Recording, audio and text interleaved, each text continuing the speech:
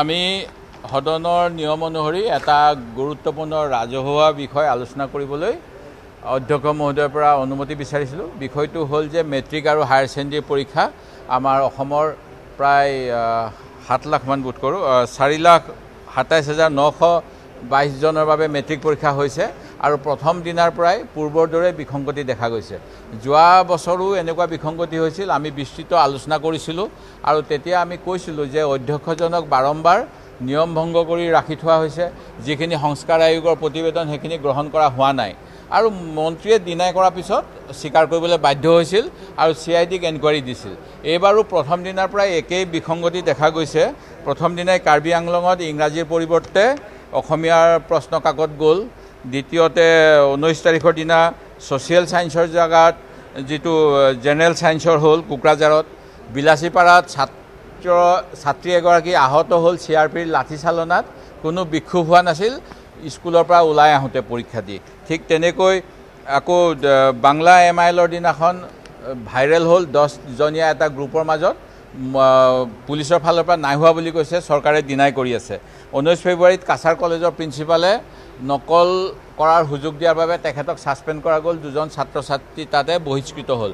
এতিয়া এই গোটেইবিলাকৰ লগতে এটা প্ৰসংগও আহিছে যে নকল কিয় কৰিছে। আমি আজি বাজেটৰ আলোচনা আছে, কিন্তু আমি শিক্ষা ব্যৱস্থাটোকে সামগ্ৰিকভাৱে বাজেটত যিহেতু পইচা আমি আজি ধৰিছোঁ শিক্ষা বিভাগক, আমি কেনেকৈ তেওঁলোকে ব্যয় কৰিছে এই কথাখিনি জানিবলৈ এই আলোচনাটো গুৰুত্বপূৰ্ণ বুলি আলোচনা কৰিব বিচাৰিছিলোঁ।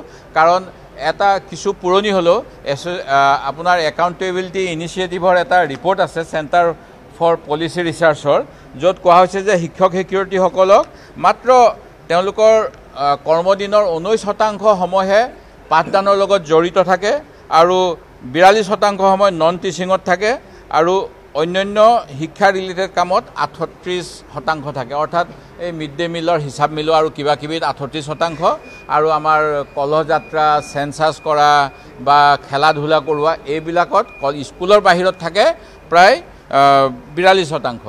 সেই গতিকে ছাত্ৰ ছাত্ৰীয়ে কেনেকৈ পঢ়িব, আনকি তেওঁলোকৰ কাৰণে এতিয়া খেল উৎসৱ পতাৰ কাৰণে বাৰ্ষিক পৰীক্ষাও পিছুৱাই দিছে। এই গতিকে এই কথাবিলাক গুৰুত্বপূৰ্ণ আৰু যিজন অধ্যক্ষ তেখেতক বহুত এফিচিয়েণ্ট বুলি ভাবি ৰাখি আছে, তেখেতৰ দপ্তৰতে মানে লেবেল লগাওঁতেই ভুল কৰিছে। এনেকুৱা ইনএফিচিয়েণ্ট মানুহক লৈ অসমৰ ল'ৰা ছোৱালীৰ মূৰ খাবলৈ আমি কেনেকৈ অসমৰ বাজেটৰ পইচা ইয়াত আমি গ্ৰহণ কৰিবলৈ দিব পাৰোঁ। সেই গতিকে আমাৰ কথা আছিলে যে আমি আলোচনা কৰোঁ আৰু চৰকাৰে প্ৰতিশ্ৰুতি দিয়ক শিক্ষা বিভাগত কেনেকৈ কাম কৰিব লাগে, সংস্কাৰ হওক, কিন্তু এই গোটেইবিলাক নকৰিলে আৰু আজি এনেকুৱা এটা অচলাৱস্থা হৈছে আৰু অধ্যক্ষই 10 মিনিট সময়ৰ বাবে সদন স্থগিত ৰাখিছে। কিন্তু আমাৰ ইচ্ছা আমি পুনৰ আলোচনা বিচাৰিম।